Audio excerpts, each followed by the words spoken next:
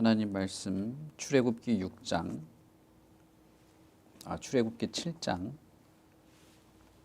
8절부터 13절입니다. 출애굽기 7장 8절부터 13절 제가 봉독하겠습니다.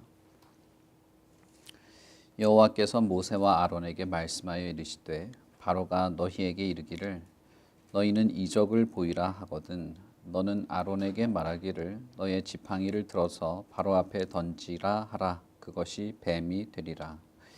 모세와 아론이 바로에게 가서 여호와께서 명령하신 대로 행하여 아론이 바로와 그의 신하 앞에서 지팡이를 던지니 뱀이 된지라.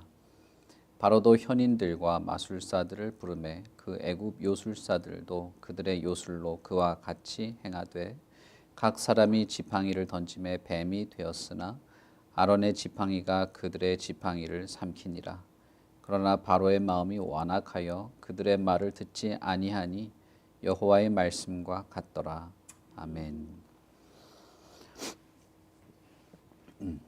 출애굽기 7장부터는 이제 모세가 바로에게 찾아가서 바로와 대화하는 내용들이 이제 구체적으로 나열되게 됩니다.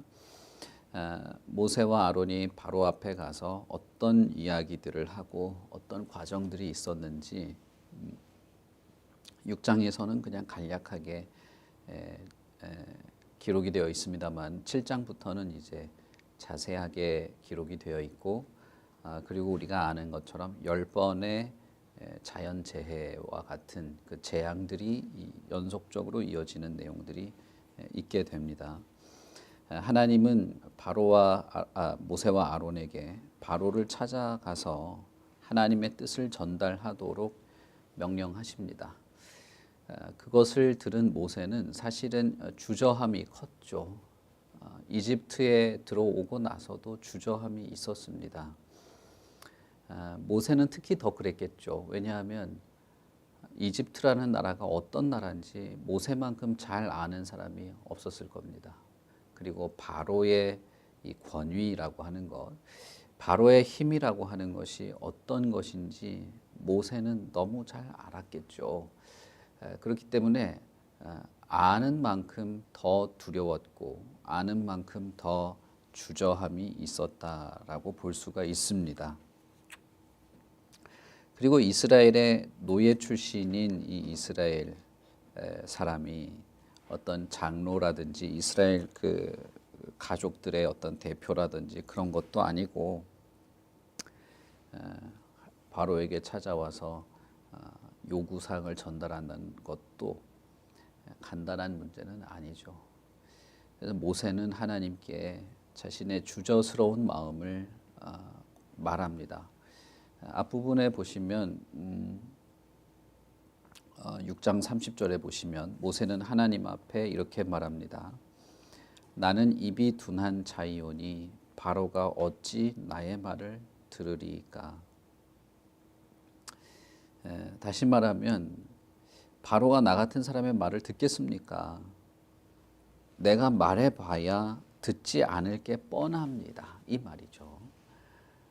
그러니까 하나님의 뜻은 내가 바로에게 가서 전하는 것이고 하나님이 나에게 주신 사명이겠지만 그렇게 한다고 해서 세상이 바뀌는 건 아니지 않습니까? 그런 말이죠.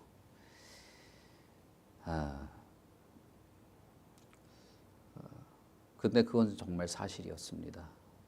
모세가 자신이 모든 것을 바쳐서 충성한다 할지라도 그런다고 바로가 바뀌든지 이집트가 바뀌든지 세상이 바뀌는 건 아닌 것이죠. 그건 맞습니다. 그러나 하나님은 그것과 상관없이 그게 너의 사명이다라는 거예요. 다르게 말하면 만약에 제3자가 볼 때 모세에게 당신이 그렇게 바로를 찾아간들 뭐가 바뀌냐? 도대체 당신이 하는 그 일의 목적이 뭐고 그럼으로써 일어날 어떤 변화가 뭐냐, 뭘 위해서 그렇게 하느냐라고 모세에게 만약에 누군가 물어볼 때 모세는 대답할 말이 없었을 겁니다. 내가 이렇게 한다고 세상이 바뀌진 않는다. 당신이 그렇게 한다고 세상이 바뀌거나 뭔가 이렇게 극적인 변화가 생기지 않는다. 당신 하나 그렇게 한다고 되는 게 아니다. 라고 했을 것입니다. 모세의 생각도 그런 것이죠. 그러나 하나님은 그런 것과 상관없이 하나님이 원하신 바를 모세가 행하기를 요구하십니다.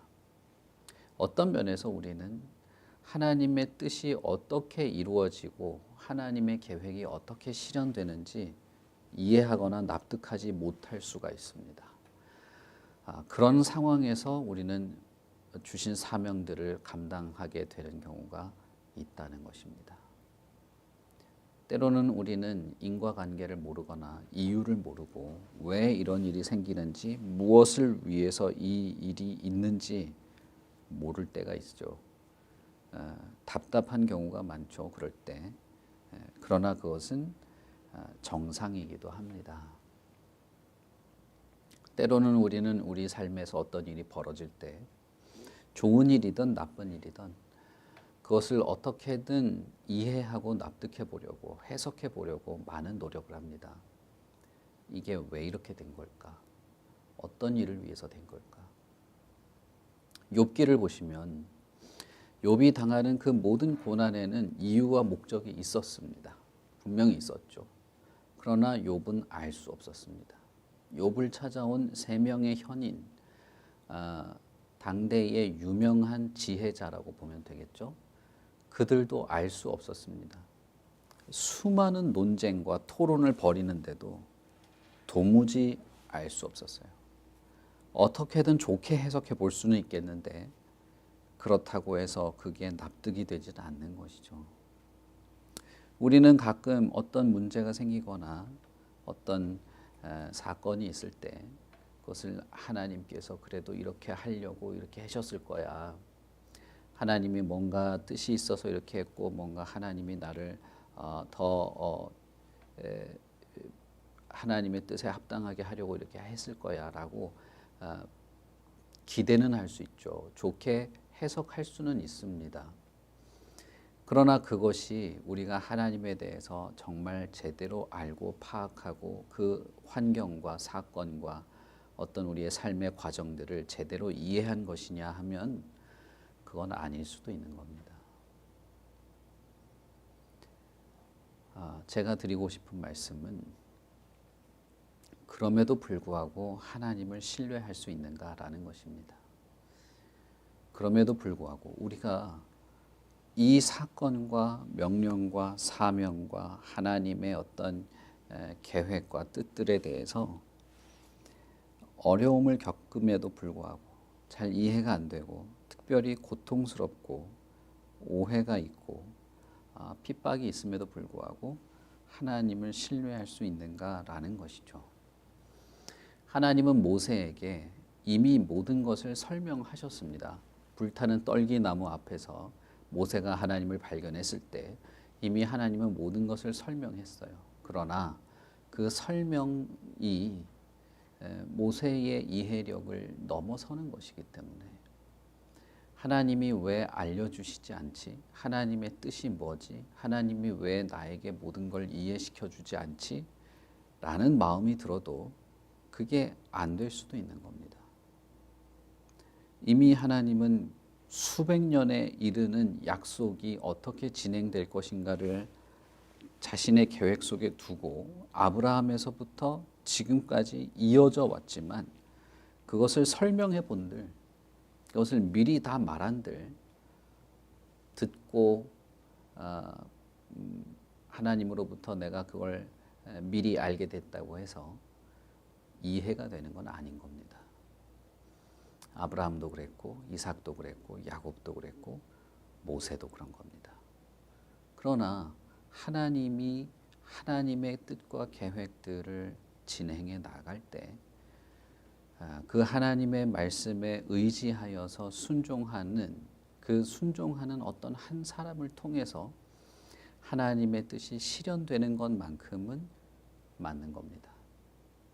그러니 모세에게 있어서는 하나님이 무엇을 위해서 어떻게 하시려고 그리고 어떤 결과를 이끌어내려고 하는지 그리고 내가 그걸 정말 제대로 할 수 있는지 어떤지도 알 수 없는 주저함이 많이 있음에도 불구하고 하나님의 사명, 하나님이 주신 사명과 그 뜻, 하나님의 말씀과 계획, 하나님의 어떤 명령의 확신 속에서 그것을 실천하는 것입니다. 거기에는 나중에는 잘 될 거야 이런 막연한 기대 이상의 것이 필요해요. 뭐냐면 하나님 자신에 대한 신뢰입니다. 하나님 자신에 대한 믿음이 거기엔 훨씬 더 근본적인 동기가 되는 겁니다.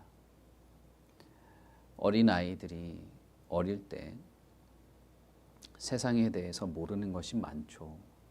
어떻게 하루의 시간이 지나가는지 아이들은 모릅니다. 그래서 어제와 오늘도 구분 못해요. 어릴수록 그렇습니다. 그래서 초등학교 1학년, 2학년 아이들 그림 일기 쓰라 그러면 오늘은 내가 아빠랑 어디 갔다 왔다라고 쓰지만 사실 일주일 전 내용일 수도 있어요. 그럴 수도 있습니다. 아이들의 경우에. 그럴 때 아이들은 부모가 뭔가를 이렇게 말하면 그게 어떤 일을 위한 건지 어떤 목적이 있고 어떤 결과가 있을 건지 걱정하거나 알고 싶어 하지 않습니다. 아이들은 그냥 엄마나 아빠가 이거 하자 아니면 이거 해라 이거 잡아라 일어나라 붙잡아라 뭐 먹어라 하면 그냥 그대로 하는 거예요. 사실상 우리가 아이들을 양육할 때 부모 입장에서 우리는 한계가 있죠. 우리는 내일 일도 모르니까. 그럼에도 불구하고 이 아이들의 10년, 20년 미래를 위해서 뭔가를 아이들에게 요구하지 않습니까? 이렇게 살고 이렇게 하면 안 되고 하는 걸. 그러나 사실 우리는 내일 이 아이에게 무슨 일이 벌어질지 몰라요. 그러나 그럼에도 불구하고 이 아이들의 자녀들의 미래를 위해서 뭔가 이렇게 하게 되죠. 근데 아이들도 사실 똑같죠. 이게 무슨 의미가 있는지 몰라요. 지금 내가 이렇게 놀고 싶은 거 못 놀고 뭐 해야 되는 이게 나중에 어떤 결과를 가져올지 모르죠. 모르면서도 이렇게 부모의 요구에 따르게 되는 것이 있죠. 그렇다면 하나님과 피조물인 인간 사이의 관계는 오죽하겠습니까? 알기 어려운 것입니다. 이래서 내가 하나님의 말씀을 따른다. 이 목적이 있어서 이게 실현될 거라서. 글쎄요. 그건 그럴 수도 있겠죠. 물론. 그러나 그것은 일상적이지 않은 것입니다.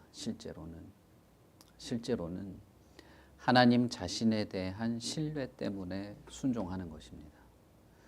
하나님 자신에 대한 깊은 애정과 확신, 선하신 하나님에 대한 기억, 하나님의 사랑에 내가 도취되어서 하나님의 뜻에 따르게 되는 것입니다. 심지어는 내가 너무 주저스럽고 두렵고 무섭고 뭔가 이렇게 큰 세상 앞에서 내가 너무 사소하고 작아 보임에도 불구하고 세상을 향해서 나아가게 되는 것도 살아계신 하나님이 진실한 분이고 성실하신 분이고 약속을 지키시는 하나님이신 것을 믿기 때문에 그렇게 하는 것입니다. 그러니 이게 이렇게 하면 분명히 좋은 일이 있을 거야. 하나님이 우리한테 복을 줄 거야. 이런 인과관계가 확실하기 때문에 하는 건 아니라는 거예요. 모세가 이렇게 하나님께 물었을 때 7장부터 보시면 사실은 하나님이 특별한 어떤 모세의 질문에 대한 대답으로 뭔가를 내놓지는 않아요. 모세가 이렇게 했을 때 하나님은 너가 그렇게 말하는데 두려움이 있으면 조금 더 언변이 좋은 아론을 너의 대언자로 삼아라 라고 했지만 모세는 지금 그 말을 한 게 아니죠.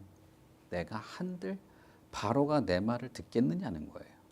세상이 바뀌지 않을 거라는 거죠. 그런데 하나님은 아론을 시키고 그리고 내가 너에게 이적을 행할 능력도 행하도록 해주겠다. 어쨌든 세상을 향해서 혹은 이집트와 바로를 향해서 나아가서 내가 맡긴 일들을 할 수 있는 모든 것들을 나에게 공급받아서 하는 것이다 라고 말한 것입니다. 특히 하나님은 모세에게 내가 너에게 할 말을 알려주겠다 라고 말씀하시죠. 이것은 예수님도 그의 제자들에게 똑같이 한 말이었습니다. 예수님이 제자들을 세상으로 보내시면서 내가 너희에게 할 말을 알려주겠다. 그리고 다른 사도들에게도 성령이 너희들에게 할 말을 알려줄 것이다 라고 말하죠. 우리가 사도행전에서 베드로의 설교를 살펴보면서도 우리가 똑같은 말씀을 살펴봤습니다만 성령이 임한 이후부터 이 세계는 완전히 다른 세계가 됩니다. 하나님의 백성이 하나님의 뜻을 성령을 힘입어서 행할 수 있는 세계, 그런 시대가 된 것입니다. 하나님이 모세에게 전할 말을 알려주겠다. 너의 지혜가 아니고 나의 지혜로 너는 할 수 있게 된다. 그렇게 되면 어떻게 될 것이냐. 7장 5절을 보시면 애굽 사람이 나를 여호와인 줄 알게 될 것이다. 이렇게 말하죠.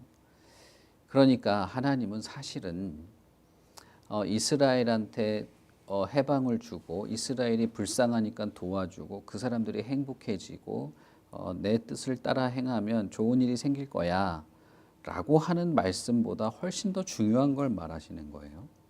6장에서는 애굽에 너무나 빠져있는, 애굽의 삶에 완전히 도취되어 있는 이스라엘이 나야말로 여호와인 줄 알게 되는 그 일, 아브라함과 이삭과 야곱의 하나님이 나의 여호와이시구나, 하나님이구나 하는 것을 알게 될 것이다 라고 말했고, 7장에서는 모세를 비롯한 이집트 사람들도 내가 여호와인 줄 알게 될 것이다 라고 말한 것이죠. 그러니까 우리는 이것 하나는 알 수 있습니다. 모세와 아론 그리고 이스라엘이 지금 참 곤란한 상황에 있는 것이 맞고, 특히 모세는 지금 하나님의 사명을 감당하는데 너무나 참 이 큰 바로 앞에서 이게 어떻게 해야 될지 정말 두려운 상황 속에서 주저스러운 것이 있긴 하지만, 그 모든 일들의 가장 핵심 중에 하나는 이런 모든 사건들을 통해서 하나님이 어떤 분인지 알려지게 되는 것, 하나님이 어떤 분인지 이스라엘과 이집트 모든 세계가 알게 되는 그 일을 하나님은 목적하고 있다는 겁니다. 이건 이스라엘이 해방되고 기분이 좋아지고 평화를 찾고 행복해지는 것보다 훨씬 더 우선적인 겁니다. 하나님이 어떤 분인지 알게 되는 것, 하나님을 알게 되는 것입니다. 이스라엘뿐 아니라 이집트도 동일한 것이죠. 그러니 어떤 면에서 모세가 참 계란으로 바위치기처럼 하나님 앞에 바로 앞에 가서 그렇게 하는 게 무슨 소용이 있습니까? 이런다고 세상이 바뀝니까? 세상이 바뀌고 이스라엘이 해방되는 것보다 더 우선하는 것이 있다는 거예요, 사실은. 그건 하나님이 드러나고 하나님이 누군지 알게 되는 그것입니다. 물론 이스라엘이나 바로는 하나님에 대한 태도는 다르죠. 한쪽은 하나님을 영광스럽게 알게 될 테지만 한쪽은 하나님을 크고 두려운 심판자로서 알게 될 것입니다. 어쨌든 하나님이 누구인가, 그가 여호와이다라고 하는 것이 알게 되는 것이죠. 이것이 저와 여러분의 개인적인 삶의 행복보다 더 중요하다는 사실을 우리는 이해를 해야 합니다. 많은 사람들이 종교를 자신의 개인의 행복 때문에 찾아갑니다. 그럴 수 있죠. 다른 종교는 둘째치고 기독교조차도 교회를 출입하고 예수를 믿고 하나님을 바라보는 것도 자신의 개인의 행복 때문에 하는 경우가 있습니다. 그런데 하나님은 저와 여러분에게 참된 행복을 주실 겁니다. 참된 행복, 참된 자유, 참된 평화, 참된 만족을 우리에게 주시는 분이 맞아요. 그런데 그것만 있는 건 아닌 겁니다. 우리가 예수를 믿고 구원을 얻게 되는 일, 하나님의 자녀가 되고 그리스도의 몸된 교회로서 우리를 부르시는 것에는 하나님 자신의 영광을 위한 것도 있는 겁니다. 그런데 그것이 저와 여러분의 행복이라고 하는 것보다 훨씬 더 큰 것이라는 거예요. 이걸 우리가 잘 이해할 필요가 있습니다. 어떤 사람들은 이런 것을 받아들이기 힘들어해요. 내 행복보다 하나님이 더 우선하다는 사실에 대해서 거부감을 느끼는 경우도 상당합니다. 그러나 여러분 정말 하나님에 대해서 알아갈 수 있기를 바랍니다. 성경을 통해서 우리가 하나님과 하나님의 말씀, 그리스도와 성령의 모든 역사를 통해서 우리가 더 온전하여지기를 바라는데 거기에는 하나님이 어떤 분인지를 알아가는 것이 포함되어 있는 겁니다. 저와 여러분이 살아가는 삶의 여정도 여기에 있습니다. 내가 여호와인 줄 알게 될 것이다. 그런데 그것을 알게 되는 것이 저와 여러분에게 무한한 만족, 무한한 충만, 참된 기쁨과 행복으로 연결되는 가장 중요한 것입니다. 그래서 모세와 아론은 하나님께서 자기들에게 명령하신 대로 행하게 되죠. 그때 모세는 80세였습니다. 제가 서론이 길었긴 했지만 앞으로 이 10번의 재앙을 뭐 다 다룰 건 아니고 새벽에는 몇 개만 말씀드리려고 하는데 여기에 좀 서론적인 이야기라서 말씀을 드립니다. 그리고 바로를 찾아가게 되죠. 이것이 그 앞에 6장이나 5장에 나와 있는 바로를 처음 만난 장면인지 아닌지는 명확하지 않습니다만은 어쨌든 모세와 아론이 바로 앞에서 하나님이 지시한 대로 그대로 했다는 것입니다. 그가 하나님의 말씀, 하나님의 계획, 하나님의 뜻, 그리고 하나님의 능력을 힘입어서 이적을 행하는 것들을 그대로 한 것이죠. 다시 말하면 바로를 향한 하나님의 메시지를 그대로 전했다는 거예요. 이것이 아주 중요합니다. 하나님이 온전히 드러나려면 하나님의 말씀, 하나님의 계획, 혹은 하나님의 뜻, 혹은 하나님 자신에 대해서 우리는 하나님으로부터 받은 그대로 전할 필요가 있는 것입니다. 그래야만 바로를 향한 하나님의 뜻이 드러나게 되겠죠. 다시 말하면 이집트에 하나님이 여호와로 잘 드러나게 되는 것이죠. 이것이야말로 교회의 역할이고 교회의 사명 중에 하나입니다. 제가 최근에 물론 뭐 이게 점진적으로 우리가 그렇게 돼 왔습니다만은 교회가 이 세상에서 호의적으로 보이기 위해서 많은 노력을 하고 있는 것들이 있죠. 그래서 복음도 하나님의 말씀도 사람들에게 뭔가 문턱을 낮추려고 하는 노력들을 많이 해왔습니다.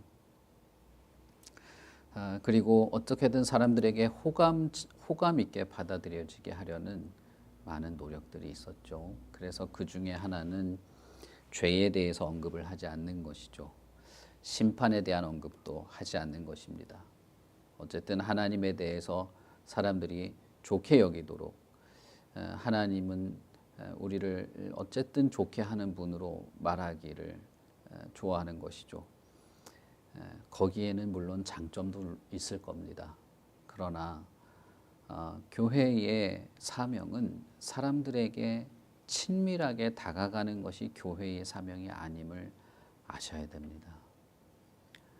어떤 사람의 영혼을 구하는 데에는 나의 친절이 아니라 하나님의 살아있는 말씀이 영혼을 살리는 거예요. 교회가 하나님의 뜻을 실행하고 하나님께서 주신 사명을 감당하는 데에는 사실은 바로가 도대체 우리의 말을 들어주기나 하겠는가. 그래서 바로가 받아들여질 만한 말로 바꿀 필요가 없는 겁니다. 그럴 수는 없는 거죠. 이렇게 좀 완화하고 조금 잘 이렇게 두리뭉실하게 말해서 어떻게든 바로가 우리의 말을 들어서 이스라엘에게 조금 이렇게 나갔다 올 수 있는 기회를 주는 그것이 아니라는 겁니다. 물론 결과는 이스라엘이 이집트를 나가는 것이었지만 그러나 훨씬 더 중요한 것은 모세가 하나님의 말씀을 바로나 이집트의 어떤 취향에 맞게 변질시키지 않는다는 것입니다. 하나님이 전하라고 한 그대로 전하고 하나님 자신을 드러내는 것이 사실상 가장 최선이고 그것이 가장 이집트에도 하나님이 어떤 분인지 드러나게 되는데 가장 좋은 방법이라는 것이죠. 그 결과는 사실은 바로의 완악함이었습니다. 하나님의 말씀과 진리를 전했더니 조롱과 비아냥과 훨씬 더 큰 어떤 비난에 부딪히게 된 것이죠.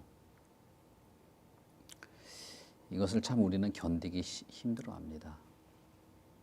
요즘에 대한민국은 기독교를 조롱하는데 뭐랄까요, 하나의 유행처럼 됐죠. 복음을 전하는데 기독교의 진리를 전하는데 사람들이 이제는 자기들의 논리로 뭐랄까요, 비난하는 게 아예 일상이 된 것 같아요. 그렇다고 해서 이 세상의 논리나 이 세상의 트렌드에 맞춰서 이 세상의 가치관에 맞춰서 진리를 왜곡시키거나 혹은 약화시키거나 혹은 사람들이 그래도 좀 편하게 들을 수 있게 그렇게 만들 수는 없는 겁니다. 어쨌든 교회는 이 세상에서 선명한 복음, 선명한 진리를 드러내야 되는 거예요. 그럴 수밖에 없는 겁니다. 여기에 보시면 모세와 아론이 지팡이를 던져서 뱀이 되게 하는데 그것은 하나님께서 모세에게 하도록 한 것입니다. 만약에 이적을 행하라 하거든 그렇게 해라. 그렇게 했죠. 그런데 이집트의 술사들도 그렇게 했습니다. 이 장면이 저는 대단히 중요한 장면 중에 하나라고 생각이 돼요. 우리의 눈에 볼 때는 지팡이가 뱀으로 변한 것은 하나님의 역사입니다. 그러나 바로의 눈에는 우리도 할 수 있는 것이죠. 이 세계가 가지고 있는 힘이 하나님의 역사조차도 아니다, 이건 하나님의 역사가 아니다 라고 말할 만한 막강한 힘과 나름의 배경을 가지고 있다는 거예요. 거기서 우리는 더 이상 할 말이 없죠. 이게 하나님의 뜻이 맞는데, 이게 하나님이 이 섭리 속에서 이런 일이 벌어지고 있는 게 맞는데, 그러나 하나님을 대적하는 세상은 아니라고 말할 자신감이 있는 거예요. 우리도 할 수 있는데, 이거 내가 충분히 설명할 수 있는데, 과학이든 논리든 철학이든 뭐든 이거 우리도 할 수 있는 일이야. 우리도 그런 기술이 있고 이 세계가 그렇게 돌아가는 게 아니라 라고 말할 나름의 어떤 힘과 막강한 지식도 가지고 있다는 겁니다. 그래서 어떻게 돼요? 그래서 하나님도 우습게 보는 세계가 된 것이죠.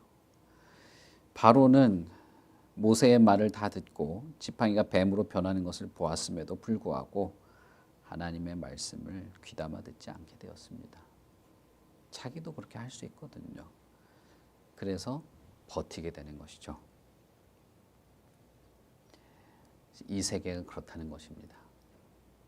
교회가 있는 이 세상의 어떤 그 본질, 이 세상의 아집이 그런 것이고 이것은 수천 년간 그래 왔습니다. 그러니 교회는 이제는 시대가 변했다. 이젠 옛날처럼 해서는 안 된다. 그런 말을 할 필요가 없어요. 옛날에도 그랬고 그 전 옛날에도 그랬고 모세가 살던 시대에도 이건 고대의 역사라고 할 만한 역사들이 쌓여 있었습니다.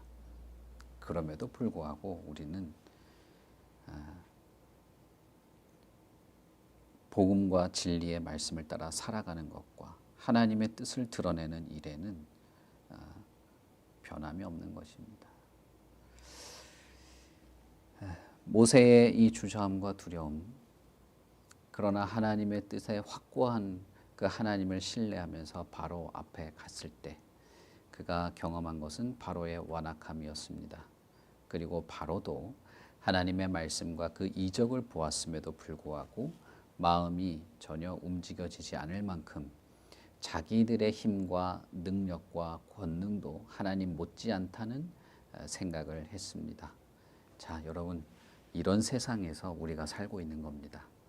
수천 년 전에 모세만 그런 세상에 사는 게 아니라 저와 여러분도 이런 세상에 살고 있습니다. 하나님의 뜻인 줄 알고 실천하고 있는 우리 교회, 그리고 우리가 살고 있는 이 세상에서 우리는 무엇을 바라고 무엇을 의지하고 무엇을 할 수 있겠습니까? 우리 안에는 답이 없어요. 우리 안에는 그럴 수 있을 만한 어떤 확고부동한 어떤 기준이 없습니다. 오직 하나님께만 있는 겁니다. 오직 하나님으로부터 우리는 뭔가를 얻고 하나님을 의지해서 세상이 싫어할 줄 알면서도 뭔가를 하는 거예요. 하나님을 의지해서 두렵고 주저스럽지만 하나님의 뜻대로 행하는 것입니다. 하나님을 의지해서 내 모든 순종이 내가 기대하는 열매가 맺어지지 않아도 하나님의 뜻이 실현되는 것을 더 내가 구하는 것이 되는 것이죠. 그러니 여러분, 우리의 모든 삶에 하나님이 중심에 있는 겁니다. 이걸 꼭 기억하셔야 됩니다. 하나님의 책임이라는 것, 하나님의 책임 속에 살아가는 우리라는 것은 우리의 삶의 중심에 하나님이 있다는 뜻이에요. 우리가 이번 겨울에 시간이 많이 남긴 했습니다마는 수련의 기간 동안에 이것을 좀 더 우리가 2박 3일 동안 좀 집중적으로 생각하면서 기도도 하면서 우리 마음에 잘 품을 수 있게 됐으면 좋겠습니다. 우리 같이 기도하겠습니다. 하나님 아버지, 은혜를 참 감사합니다. 우리가 살아가는 이 모든 세상에 부조리함에도 불구하고 우리가 하나님의 말씀과 뜻을 살피며 하나님이 기뻐하시는 것들을 이해해 가면서 살아가는데 하나님께서 이미 수천 년 전부터 모든 것을 준비하고 예비하고 기록에 남겨두셔서 이제 우리의 삶도 우리의 삶의 모든 순간순간도 어떠해야 하는지 생각해 보게 됩니다. 모세의 삶이 우리의 삶과 다르지가 않고 이집트에서의 이스라엘과 그리고 이집트라는 이 세계가 우리가 살아가고 있는 이 세계와 별반 다르지 않음을 생각합니다. 우리가 경험하게 되는 모든 낙심되는 순간들, 그리고 세상을 향한 어떤 두려움들, 하나님의 말씀과 뜻을 전하고 순종하며 살아가는 일에 우리가 겪게 되는 많은 모순되는 세상에서의 삶들이 있습니다. 그럼에도 불구하고 하나님이여, 우리가 변하지 않는 하나님을 의지합니다. 우리는 변덕이 심하고 세상도 변덕이 심하고 흔들리기 쉽지만 하나님은 언제나 한결같으신 분이십니다. 그리고 하나님의 뜻은 우리가 이해할 수는 없어도 언제나 선하고 크시고 영광스러운 것인 줄도 믿습니다. 그러니 아버지 하나님, 우리에게 힘과 용기를 주시고 지혜를 주시고 이 땅을 살아갈 수 있을 만한 용기, 특별히 하나님의 말씀과 뜻을 행하며 살아갈 수 있을 만한 힘과 용기를 공급하여 주시옵소서. 성령께서 우리를 인도하여 주시고 할 말을 알게 하시고 성령의 지혜와 능력으로 담대함과 용기로 하나님을 향하여서도 이 세상을 향하여서도 우리가 변함없이 그렇게 살아가게 하시옵소서. 우리 참사랑교회 모든 성도들의 삶을 하나님께서 지켜주시고 붙잡아 주시고 매일매일의 삶 속에서 우리가 많은 사람들을 만나고 많은 말들을 하게 되겠지만 언제나 그 중심에는 하나님이 계시고 언제나 그 중심 안에서 우리가 살아가게 하여 주시옵소서. 감사합니다. 예수님 이름으로 기도합니다. 아멘. 하늘에 계신 우리 아버지여, 이름이 거룩히 여김을 받으시오며 나라의 임하옵시며 뜻이 하늘에서 이룬 것 같이 땅에서도 이루어지이다.